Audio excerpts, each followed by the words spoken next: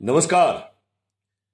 मैं आनंद विजय सिंह एक बार फिर से हम आपके सामने आए हैं बिग न्यूज़ इंडिया के साथ और आज हम बात करना चाहते थे बिहार को लेकर और पश्चिम बंगाल को लेकर। बिहार में इस साल के आखिर में चुनाव होने वाला है विधानसभा का और पश्चिम बंगाल में अगले साल होने वाला है। तो वहाँ की सियासत पर क्या असर दिल्ली के इस चुनाव के नतीजों का पड़ने वाला है या वहाँ का जो चुनाव है उससे ये नतीजे जो हैं वो कितना उसको प्रभावित कर पाएंगे, इस पर हम बात करना चाहते थे। लेकिन बात दिल्ली से अभी आगे बढ़ ही नहीं पा रही है क्योंकि दिल्ली में बीजेपी की जीत के बाद, आम आदमी पार्टी की हार के बाद अब बीजेपी को अपने मुख्यमंत्री के नाम का चयन करना है। लेकिन अब बैठकों का दौर चल रहा है और उसमें यह भी साफ हो गया है कि प्रधानमंत्री जब विदेश के दौरे से 14 तारीख को लौट आएंगे तो उसके बाद विधायक दल की बैठक होगी और उस विधायक दल की बैठक में विधायक दल का नेता चुना जाएगा और साफ होगा कि कौन दिल्ली का मुख्यमंत्री होगा। लेकिन अब दिल्ली के जो नतीजे आए हैं उसको लेकर कांग्रेस का तो अपना है कि वो उसको मंथन करना है कि आखिर वो कौन सी ऐसी परिस्थिति है, स्थिति है जिसकी वजह से इन तमाम चुनाव प्रचार के बावजूद अकेले लड़े, साथ मिलकर लड़े, उसके बावजूद कांग्रेस का दिल्ली में कुछ फायदा होता दिखाई नहीं दे रहा है और शून्य पर ही अटकी हुई है। लगातार तीसरी बार विधानसभा के चुनाव में कांग्रेस उधर आम आदमी पार्टी के लिए भी माना ये जा रहा है कि आम आदमी पार्टी के अंदर भी खलबली है और खलबली इस बात को लेकर कि उनको ये अंदेशा नहीं था कि उनकी इतनी बुरी हार होगी। उन्हें लगता था कि सीटें कम होंगी लेकिन 36 सीटें आ जाएंगी, सरकार उनकी बन जाएगी, जनता इस तरह से उन्हें नकार नहीं देगी। अब उनके लिए ये मंथन का दौर चल रहा है, उनके यहाँ भी बैठक हुई, बैठकों का दौर उनके यहाँ भी चल रहा है। लेकिन अब देखिए पंजाब में आम आदमी पार्टी की सरकार है और पंजाब में खलबली है। इसीलिए आज हमने दिल्ली सेंट्रिक की चर्चा रखी कि एक बार फिर से दिल्ली पर चर्चा करें और आम आदमी पार्टी को लेकर ही चर्चा करें क्योंकि आम आदमी पार्टी की सरकार दिल्ली में है भगवंत मान के नेतृत्व में। भगवंत मान और उनके सरकार के मंत्री और विधायक दिल्ली आए थे प्रचार करने के लिए, उन्हें भी जिम्मेदारी दी गई थी लेकिन सफलता आशातीत नहीं मिली। आशातीत क्या कहें कि बुरी स्थिति में आम आदमी पार्टी चली गई है। कांग्रेस के प्रताप सिंह बाजवा कह रहे हैं कि 30 से ज्यादा विधायक आम आदमी पार्टी के, जो पंजाब के नेता हैं प्रताप सिंह बाजवा, और वो कह रहे हैं कि आम आदमी पार्टी के 30 से ज्यादा विधायक उनके संपर्क में हैं और वो स्थिति पैदा करना चाहते हैं क्योंकि आम आदमी पार्टी के पंजाब के जो तमाम नेता हैं, विधायक हैं, उन लोगों को कल बुलाया गया है अरविंद केजरीवाल के द्वारा, उनके साथ बैठक होगी। तो ये भी कहा जा रहा है कि अरविंद केजरीवाल अब सोच रहे हैं भगवंत मान को मुख्यमंत्री के पद से हटाकर किसी को दूसरे को सत्ता सौंपने की। अब आम आदमी पार्टी कह रही है कि हम लोग एक हैं, केजरीवाल के नेतृत्व में हम काम कर रहे हैं और काम करेंगे, पार्टी को एक बार फिर से मजबूत बनाएंगे। जो बयान आते हैं दावों का और प्रति दावों का, वो बयान आ रहा है। लेकिन अब देखिए आम आदमी पार्टी का गठन कैसे हुआ। आम आदमी पार्टी का गठन हुआ भ्रष्टाचार के खिलाफ।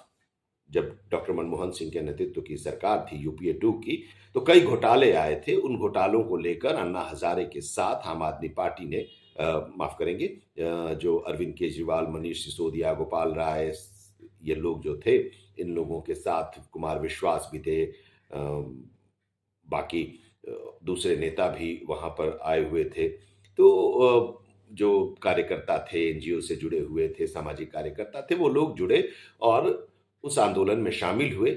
आंदोलन को सफलता मिली और उसका नतीजा ये हुआ कि जब ऐसा लगा कि लोग इनके अब समर्थन में हैं दिल्ली में, तो जिसकी बात हमने पहले भी की थी अपने पहले की वीडियो में भी, चर्चा में भी, कि अरविंद केजरीवाल ने आम आदमी पार्टी का गठन किया। अन्ना हजारे इससे काफी नाराज भी थे। खैर, अरविंद केजरीवाल ने पार्टी बनाई, आम आदमी पार्टी, और आंदोलन से उपजी एक पार्टी बनी।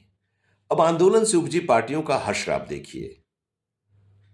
अब 1885 में कांग्रेस का गठन हुआ था और कांग्रेस ने गांधी के एरा की अगर हम बात करें 1914 से, तो कांग्रेस आज़ादी की लड़ाई का एक मंच बन गई और उसके नेतृत्व में लड़ाई लड़ी गई। कांग्रेस भी आज़ादी के लड़ाई के दौरान ही उसी आंदोलन से निकली थी और है बहुत हद तक कांग्रेस आज खड़ी है, लेकिन सरकार के लिहाज से देखें, समर्थन के लिहाज से देखें, प्रदेशों की सरकार के लिहाज से देखें तो कांग्रेस का हश्र बुरा है। लेकिन कांग्रेस की अपनी एक सोच, अपनी एक नीति रही है।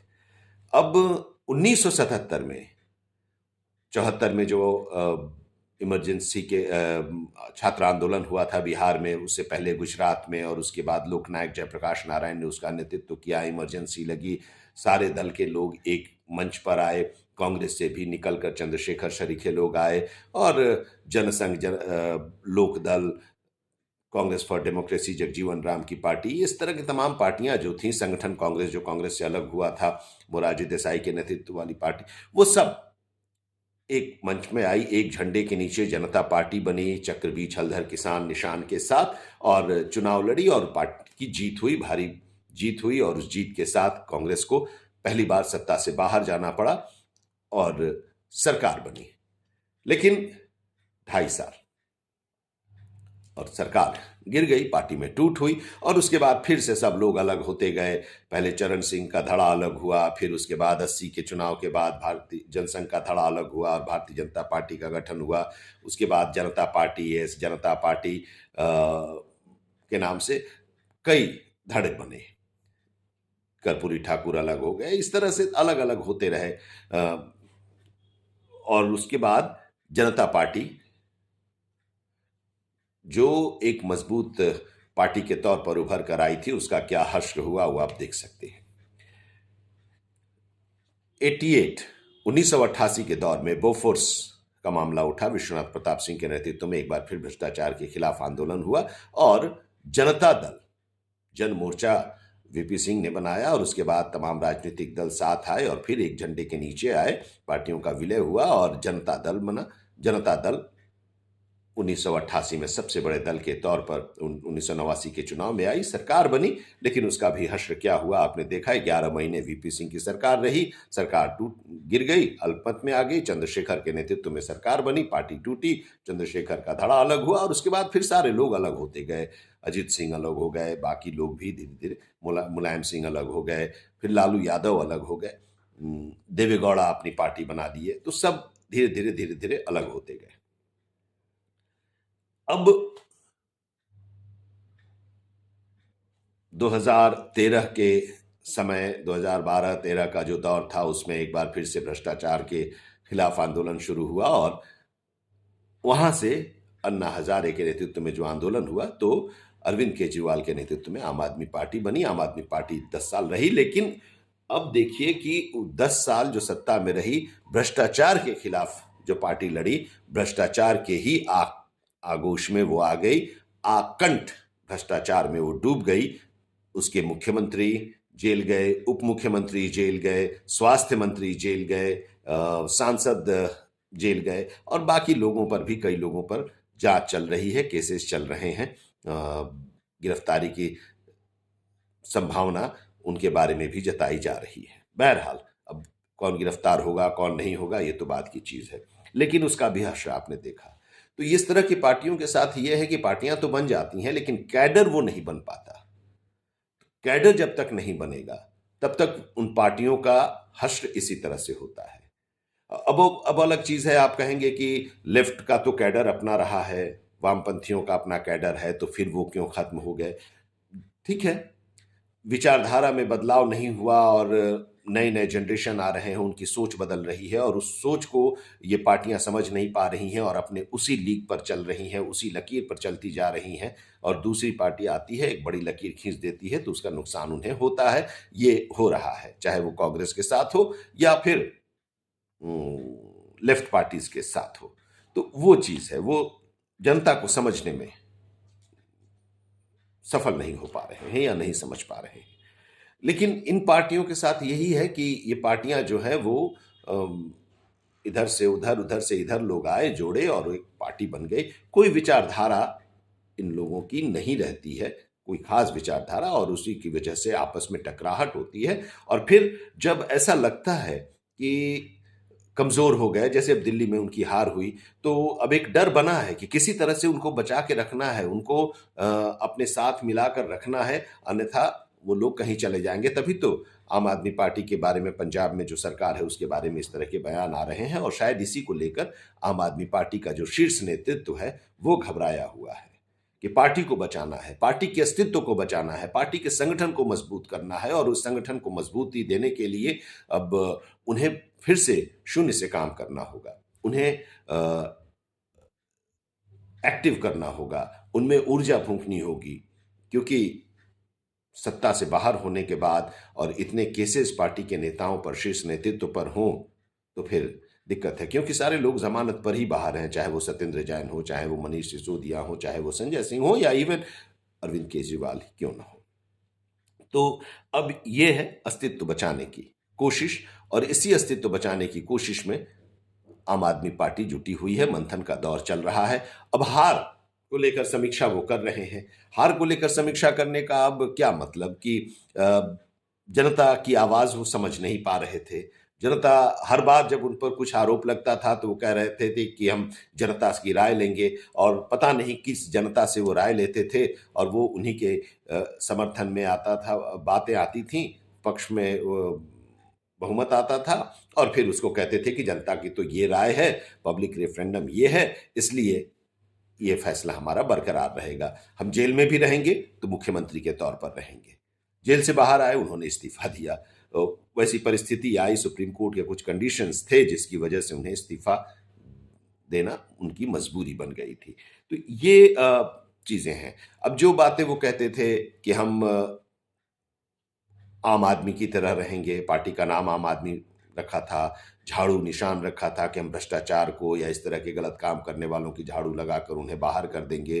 अब वो झाड़ू कितनी झाड़ू लगी वो तो खैर अब वही बताएंगे, लेकिन उन्होंने जो कहा था कि हम आम आदमी पार्टी जो बना रहे हैं, हम आम आदमी की तरह रहेंगे, हमारी छोटी गाड़ी में रहेंगे, हम साधारण घर में रहेंगे, हम सुरक्षा घेरे में नहीं रहेंगे। और देखिए शीश महल मुख्यमंत्री आवास का जो पुनर्निर्माण हुआ उस पर जो खर्च आए, लाखों लाख के पर्दे, बाथरूम का निर्माण जो हुआ, बाथरूम में जो टाइल्स लगे या घर में जो टाइल्स लगे, जो दरवाजे लगे, जो खिड़की लगी, एसी, लाखों लाख करोड़ों के खर्च इसमें हुए। तो ये आरोप लगा और इससे उनकी छवि पर अभी असर पड़ा। उन्होंने कहा कि हम कांग्रेस के खिलाफ रहेंगे, कांग्रेस के साथ कभी नहीं जाएंगे, बच्चों की कसम खाई। लेकिन वो जितनी बातें वो पहले करते थे वो सारी बातें मुख्यमंत्री बनने के बाद अपने ही बातों को नकारते हुए उस रास्ते पर वो चलने लगे। तो जनता ये भी समझ रही थी, जनता ने ये भी समझा कि आप जो मुफ्त में दे रहे हैं, जो सुविधाएं दे रहे हैं, अगर हम केंद्र के साथ रहेंगे तो केंद्र के साथ रहने से हमें फायदा भी होगा और दोनों का फायदा मिलेगा।